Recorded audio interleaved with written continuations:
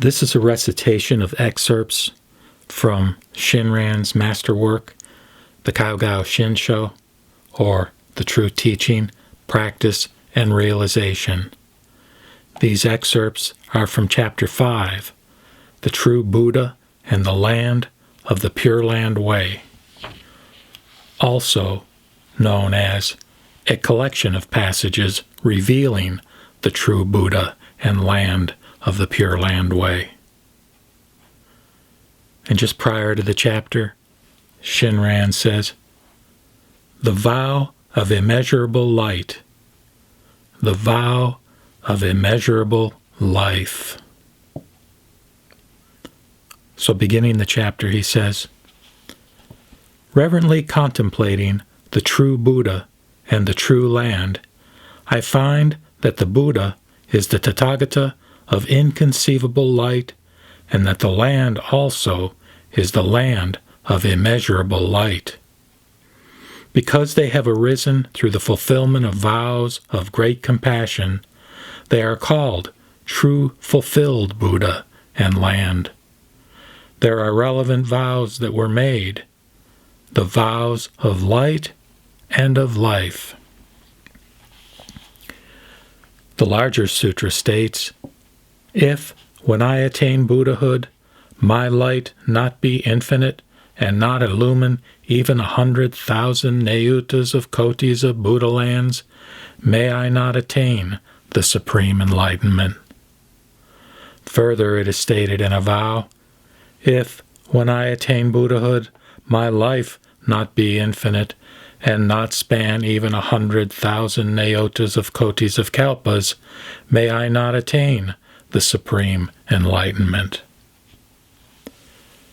The passage declaring the fulfillment of these vows states, "The Buddha said to Ananda, the Buddha of immeasurable life is called Buddha of immeasurable light, Buddha of boundless light, Buddha of unhindered light, Buddha of incomparable light, Buddha of light that is Lord of blazing light, Buddha of the light of purity, Buddha of the light of joy, Buddha of the light of wisdom, Buddha of uninterrupted light, Buddha of inconceivable light, Buddha of inexpressible light, and Buddha of light surpassing sun and moon. Sentient beings who encounter this light have the three defilements swept away, and they become soft and gentle in body and mind.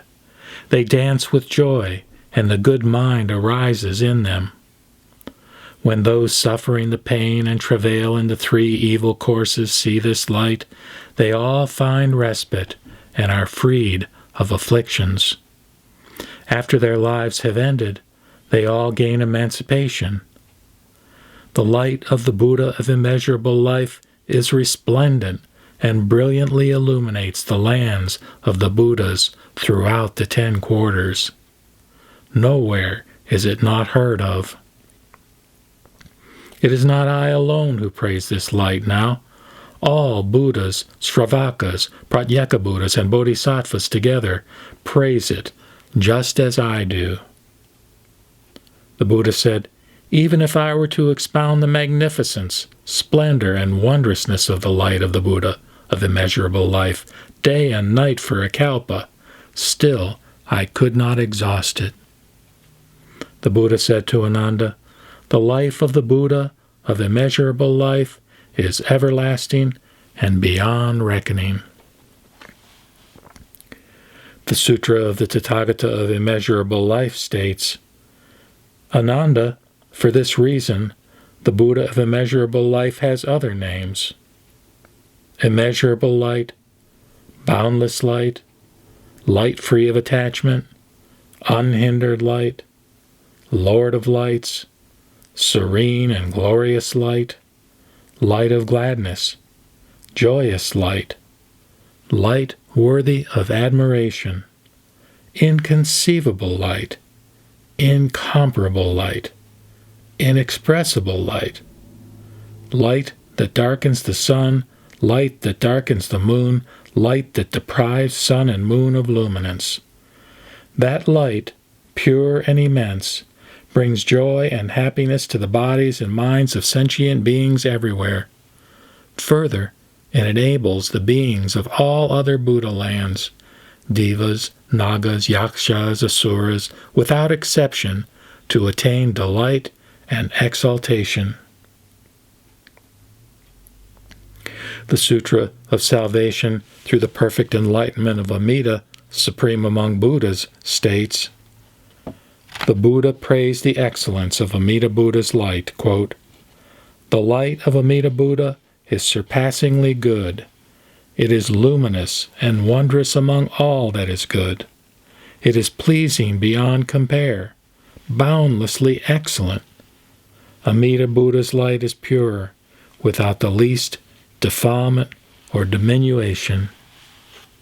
It illumines the innumerable dim and dark places in innumerable worlds, so that they are all always splendidly bright. Among all human beings, and even insects that leap or worms that crawl, there is none that does not see Amida Buddha's light. Among those that see it, there is none that does not come to possess a heart of compassion and rejoice. Among all beings in the world who are possessed of licentious desires, or wrath, or folly, there is none who, on seeing Amida Buddha's light, does not perform good acts. Among those in the realms of hell, beasts, hungry ghosts or asuras, where they suffer pain and affliction, there is none who, upon seeing Amida Buddha's light, does not gain respite, and, although not acquiring remedy, obtain emancipation from sorrow and pain after death. Amida Buddha makes that light a name heard throughout the boundless, unlimited, countless lands of the Buddhas in the 8 quarters, the zenith and the nadir. There is none among devas and human beings who does not hear and know them. Of those who hear and know them, none fails to attain emancipation. The Buddha said, quote, "I am not alone in praising Amida Buddha's light. The countless Buddhas, Pratyeka Buddhas, Bodhisattvas, and Arhats throughout the 8 quarters, the zenith, and the nadir, all praise it thus." The Buddha said, "If there are people, good sons and good daughters, who hear the name of Amida Buddha, praise Amida's light, extol the light's excellence with sincere mind, they will attain birth in the Buddha's land in accordance with their aspiration." The Unfailing Net of Salvation Sutra states, "The place where you will be born is Amida Buddha's pure, fulfilled land. Being born from a lotus transformed, you will constantly see the Buddhas and will realize the various kinds of Dharma insight.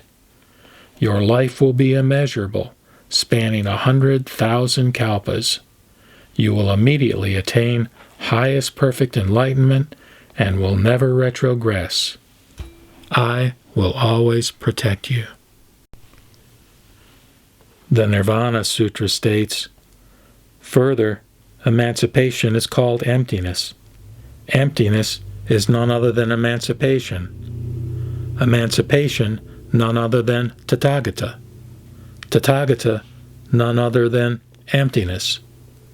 It is the activity of non-acting. True emancipation is non-arising and non-perishing. Hence, emancipation is Tathagata.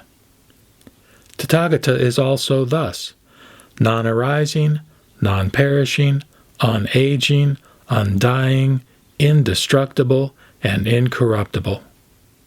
It is not a created existence. Because it has this significance, it is said Tathagata enters great nirvana. Further, emancipation is called the supreme that is unexcelled. The supreme that is unexcelled is none other than true emancipation. True emancipation is none other than Tathagata. If one has attained highest perfect enlightenment, one is free of desire and free of doubt. To be free of desire and free of doubt is true emancipation. True emancipation is Tathagata. Tathagata is nirvana. Nirvana is the inexhaustible. The inexhaustible is Buddha nature. Buddha nature is the unchanging. The unchanging is highest perfect enlightenment. Bodhisattva Kasyapa said to the Buddha, quote, "World-honored one, if nirvana, Buddha nature, the unchanging, and Tathagata are all synonyms, why do you teach the three refuges?" The Buddha said to Kasyapa, "Good son, all sentient beings fear birth and death. Hence, they seek the three refuges. Because of the three refuges, they come to know Buddha nature, the unchanging, and nirvana. Good son, sometimes the name for things is the same, but its meanings different. Sometimes both names and meanings differ. Concerning the name being the same and its meanings different, Buddha, eternal Dharma, and eternal Sangha are the eternal. Nirvana and boundless space are also the eternal. This is called, quote, the name being the same and its meanings different. Concerning the names and meanings both differing, Buddha is called awakening. Dharma is called the non-awakening. Sangha is called the harmonious. Nirvana is called emancipation. Boundless space is called non-good or unhindered. This is a case of, quote, names and meanings both differing. Good son, it is like this with the three refuges. Further, it states, light is called the undecaying. The undecaying is called Tathagata. Further, light is called wisdom. Good sons and good daughters, all created things are impermanent. Boundless space is the uncreated. Hence, it is eternal. Buddha nature is the uncreated. Hence, it is eternal. Boundless space is Buddha nature. Buddha nature is Tathagata. Tathagata is the uncreated. The uncreated is the eternal. The eternal is Dharma. Dharma is Sangha. Sangha is the uncreated. The uncreated is the eternal. Good sons and good daughters, it is like taking milk from a cow, rendering cream from the milk, rendering curdled milk from the cream, rendering butter from the curdled milk, and rendering manda from the butter. Manda is the finest. The person who partakes of it is freed of all illnesses. It is as though all medicines were contained in it. Good sons and good daughters, it is such with the Buddha. From the Buddha, the 12 divisions of scriptures arise. From the 12 divisions of scriptures, the sutras arise. From the sutras, the Mahayana sutras arise. From the Mahayana sutras, the Prajnaparamita sutras arise. And from the Prajnaparamita sutras, the great Nirvana sutra arises, just as Manda is obtained. Manda is a metaphor for Buddha nature. Buddha nature is none other than Tathagata. Good sons and good daughters, for this reason it is taught that the virtues possessed by the Tathagata are immeasurable, boundless, and incalculable. Good sons and good daughters, enlightenment, bodhi, and nirvana are all eternal. All sentient beings are constantly oppressed by immeasurable blind passions and lack the wisdom eye. Hence, they cannot see.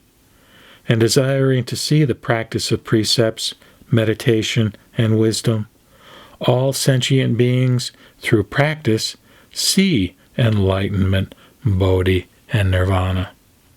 This is called the Bodhisattva's attainment of enlightenment, bodhi, and nirvana. The nature and characteristics of enlightenment are, in actuality, non-arising and non-perishing. Because of this, it cannot be grasped. Although enlightenment is formless and featureless, it can be seen. It can be reckoned and known. In reality, it possesses functioning. Such things as the sentient beings' minds are formless. They are neither long nor short, neither rough nor fine, neither bound nor free. They are not visible. Nevertheless, they exist as things. The Nirvana Sutra further states, "The Buddha Tathagatas do not give rise to blind passions. Hence, they are termed nirvana. The wisdom they possess is unhindered in penetrating things. Hence, they are termed Tathagatas. Tathagatas are not foolish beings, Sravakas, Pratyeka Buddhas, or Bodhisattvas. Hence, they are termed Buddha nature. Tathagatas are, in body and mind and in wisdom, unhindered in pervading and filling the immeasurable, boundless, innumerable lands.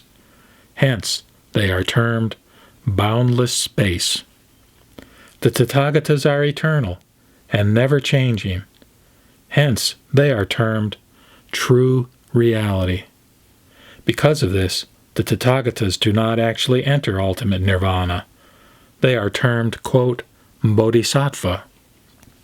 Further it states, "Buddha nature is like boundless space. It is not in the past, or future, or present. Although all sentient beings are impermanent, still their Buddha nature is eternal and unchanging. Neither within nor without, it exists like boundless space. Although boundless space is neither within nor without, nevertheless, all sentient beings possess it." The Buddha said, "Good sons and good daughters, the Tathagata possesses the power to know the capacities of beings." Kasyapa Bodhisattva said to the Buddha, "World-honored one, the Tathagata possesses this power to know the capacity of beings. For this reason he knows the superior, average, or inferior capacities of all sentient beings and their differences in keenness or dullness. And he accords with the person, accords with the intent, and accords with the time. Hence, the Tathagata is called one who possesses the power to know the capacity of beings. At times it may be taught that those who violate the 4 major prohibitions, those who commit the 5 grave offenses, and those who lack the seed of Buddhahood all have Buddha nature." The Buddha said, "The Tathagata, world-honored one, in order to accord with the country, to accord with the times, to accord with other languages, to accord with the people, and to accord with the various capacities, teaches one matter in 2 ways. He teaches innumerable names for that which has one name. He teaches innumerable names for that which has one meaning. He teaches innumerable names for that which has innumerable meanings. How is it that innumerable names are taught for that which has one name? It is like the case of nirvana. It is called nirvana. It is called no birth. It is called no arising. It is called no act. It is called uncreated. It is called taking refuge. It is called cave shelter. It is called emancipation. It is called light. It is called lamplight. It is called other shore. It is called fearlessness. It is called no retrogression. It is called place of peace. It is called quiescence. It is called formlessness. It is called non-duality. It is called one practice. It is called coolness. It is called not dark. It is called unhindered. It is called no dispute. It is called undefiled. It is called vastness. It is called sweet nectar. It is called auspiciousness. This is termed, quote, giving innumerable names for that which has one name. How is it that innumerable names are taught for that which has innumerable meanings? It is like the case of Buddha Tathagata. He is called Tathagata, which differs in meaning and differs in name. He is called Arhat, which differs in meaning and differs in name. He is called Perfectly Awakened One, which differs in meaning and differs in name. He is called Helmsman. He is called Guiding Master. He is called Perfectly Enlightened. He is called Possessed of Perfect Knowledge and Practice. He is called Great Lion King. He is called Shramana. He is called Brahman. He is called Quiescent One. He is called Almsgiver. He is called Gone to the Other Shore. He is called Great Physician King. He is called Great Elephant King. He is called Great Dragon King. He is called Eye Giver. He is called Master of Great Powers. He is called Great Fearlessness. He is called Mass of Gems. He is called Caravan Leader. He is called Attainment of Emancipation. He is called Great Stalwart One. He is called Teacher of Devas and Human Beings. He is called Great Field of Merits. He is called Ocean of Great Wisdom. He is called Formlessness. He is called Possessed of Eightfold Wisdom. All these differ in meaning and differ in name. Good sons and good daughters, this is termed, quote, teaching innumerable names for that which has innumerable meanings. Further, innumerable names are taught for that which has one meaning, as in the case of the aggregates. They are called aggregates. They are called invertedness. They are called truth. They are called four bases of mindfulness. They are called four kinds of nourishment. They are called four abodes of consciousness. They are called existence. They are called path. They are called time. They are called sentient being. They are called world. They are called highest truth. They are called three kinds of practice. These involve body, precepts, and mind. They are called causality. They are called blind passions. They are called emancipation. They are called 12-fold causation.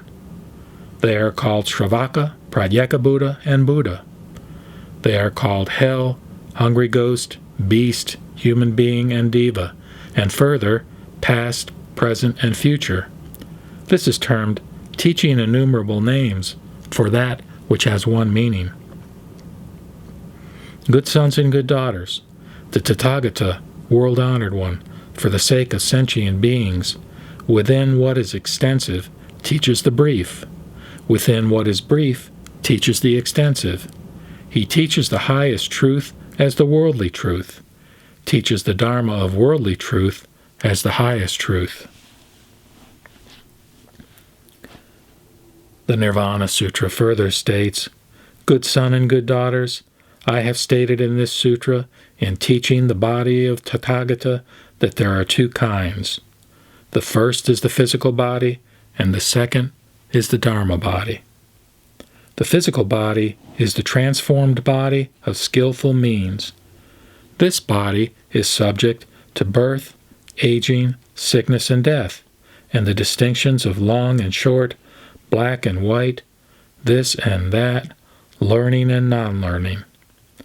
My disciples, having heard this teaching, will say, if they have not grasped my intent, quote, the Tathagata has definitely taught that the Buddha body is a created Dharma.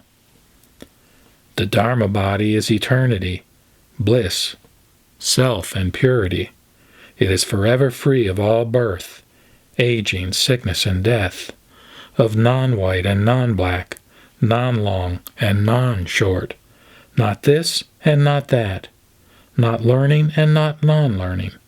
Hence, whether the Buddha appears in the world or does not appear in the world, he is constantly unmoving and without change. Good sons and good daughters, my disciples having heard this teaching will say, if they have not grasped my intent, quote, the Tathagata has definitely taught that the Buddha body is an uncreated Dharma. It is like the case of the 12 divisions of scriptures that I have taught. Some are teachings in accord with my own intent. Some are teachings in accord with the listener's intent. Some are teachings in accord with both my own intent and the intent of the listeners. Good sons and good daughters, I have taught that bodhisattvas of the 10th stage will see little of Buddha nature. This is called a teaching in accord with the listener's intent. Why do I say, see a little? Bodhisattvas of the 10th stage have attained such samadhis as the samadhi of heroic advance, and also mastery of the 3,000 Dharma gates. Hence, they themselves clearly know that they will indeed attain highest perfect enlightenment, but they do not see that all sentient beings will definitely attain highest perfect enlightenment. Therefore, I teach that bodhisattvas of the 10th stage see a little of Buddha nature. Good sons and good daughters, I always proclaim that all sentient beings have Buddha nature. This is termed the teaching in accord with my own intent. All sentient beings are non-ceasing and non-perishing, and thus attain the highest perfect enlightenment.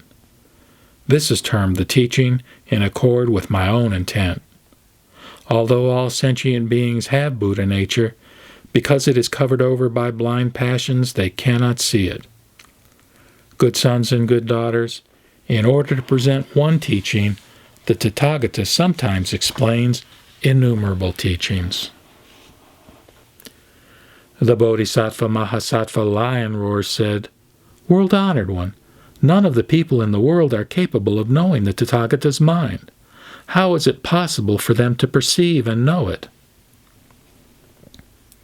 Good sons and good daughters, all sentient beings are indeed incapable of knowing the Tathagata's mind. If they desire to be capable of perceiving and knowing it, there are two conditions by which it is possible: seeing with the eyes and seeing through hearing. If one sees the Tathagata's bodily activity, then one knows indeed that it is the Tathagata. This is termed seeing with the eyes. If one perceives the Tathagata's verbal activity, then one knows indeed that it is the Tathagata. This is termed seeing through the hearing. If one sees the countenance and realizes that there is none its equal among all sentient beings, then one knows indeed that it is the Tathagata. This is termed seeing with the eyes. If one hears the subtlety and excellence of the voice, and realizes that there is none like it among the voices of sentient beings, then one knows indeed that it is the Tathagata. This is termed seeing through hearing. If one sees the countenance and realizes that there is none its equal among all sentient beings, then one knows indeed that it is the Tathagata. This is termed seeing with the eyes.